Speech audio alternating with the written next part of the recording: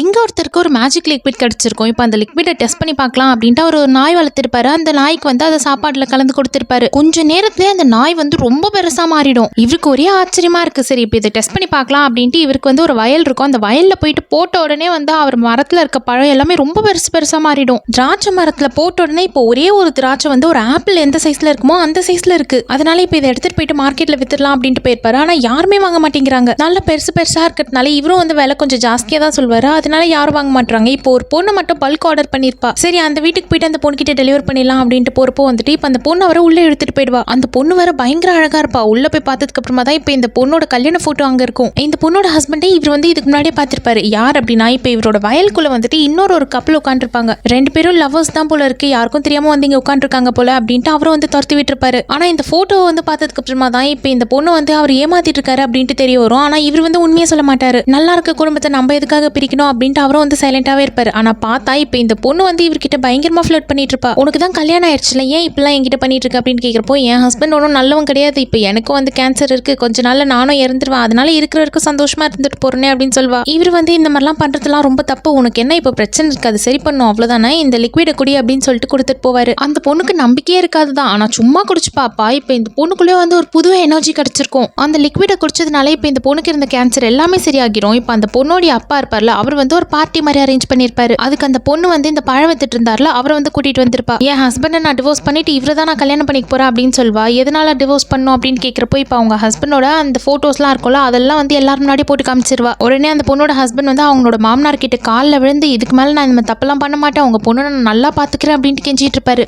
மாமனாரும் சரி அதான் அவர் காலில் விழுந்து மன்னிப்பு கேட்கிறாருல, இந்த ஒரு தடவை மன்னிச்சு விட்டுரு அப்படின்ட்டு பொண்ணுக்காக சப்போர்ட் பண்ண மாட்டேங்கிறாரு. ஆனா இப்போ அதுக்கு அந்த பொண்ணு ஒத்துக்க மாட்டேங்கிறா. அதனால இப்போ ஒரு போட்டி நடக்குது. உங்க ரெண்டு பேர்ல யார் ரொம்ப எக்ஸ்பென்சிவான பொருளை கிஃப்டா எடுத்துட்டு வந்து தரீங்களோ அவங்களுக்கு வந்து என் பொண்ணை கல்யாணம் பண்ணி கொடுத்துறேன் அப்படின்னு சொல்வாரு. இப்போ இந்த பொண்ணோட ஹஸ்பண்ட் வந்து இருக்கிறதுலே ரொம்ப காஸ்ட்லியான ஆன்டிக் பீஸ்லாம் எடுத்துட்டு வந்து கொடுப்பாரு. அங்க இருக்கிற எல்லாருமே பயங்கரமா ஷாக் ஆகிடுவாங்க. ஆனா இந்த பக்கம் இவர்கிட்ட கொடுக்கறதுக்கு வேற எதுவுமே இல்ல, சில பழங்க மட்டும் தான் இருக்கு. அதை தான் எடுத்துட்டு போயிட்டு கொடுப்பாரு. இப்போ அந்த பொண்ணோட ஹஸ்பண்ட்லாம் இதெல்லாம் ஒரு பொருள்னு எடுத்துட்டு வந்துட்டான் பாரு அப்படின்ட்டு தூக்கி போட்டு அதை மெரிச்சிருவாரு. அந்த டைம்ல தான் இன்னொரு பொண்ணு வருவா. அந்த பொண்ணு ரொம்ப பெரிய பணக்காரி தான். இவரோட மேஜிக் லிக்விட்லாம் எப்படி வேலை செய்யுதா அப்படின்றது அந்த பொண்ணுக்கு தெரிஞ்சிருச்சு. மேஜிக் லிக்விட்னால வளர்த்த இந்த பழத்தை சாப்பிட்றதுனால நம்மளுக்கு என்ன பெனிஃபிட்லாம் வரும் அப்படின்றது அந்த பொண்ணுக்கு தெரிஞ்சிருச்சு. அதனால வந்து இப்போ இந்த ஒரு பழத்துக்கே வந்து $5 மில்லியன் கொடுத்து வாங்கிப்பா. சாதா ஒரு பழம் தானே அப்படின்ட்டு அதை கீழே போட்டு நசுக்கியிருப்பாரு. ஆனா அந்த பழம் தான் வந்து இப்போ அவ்வளோ பெரிய காசு அவருக்கு வாங்கி கொடுத்துருக்கு.